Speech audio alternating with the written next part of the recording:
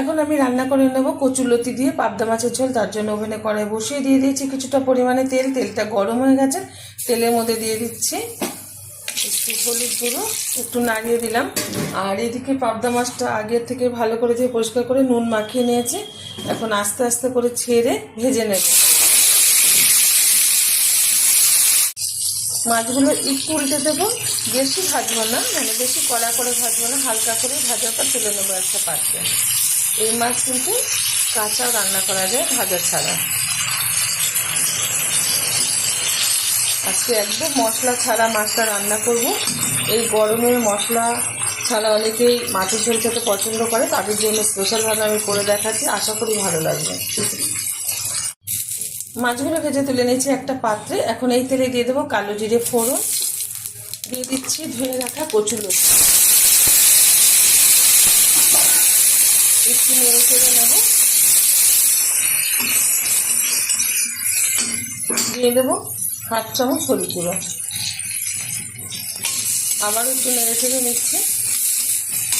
এখন দিয়ে দেবো এখানে বেটে রাখা ধনে, দিয়ে দিচ্ছি 1/2 চামচ লঙ্কার গুঁড়ো, দিয়ে দেবো পরিমাণ মতো লবণ। যতটা ঝোল রাখবো সেই অনুযায়ী লবণটা ব্যবহার করবো।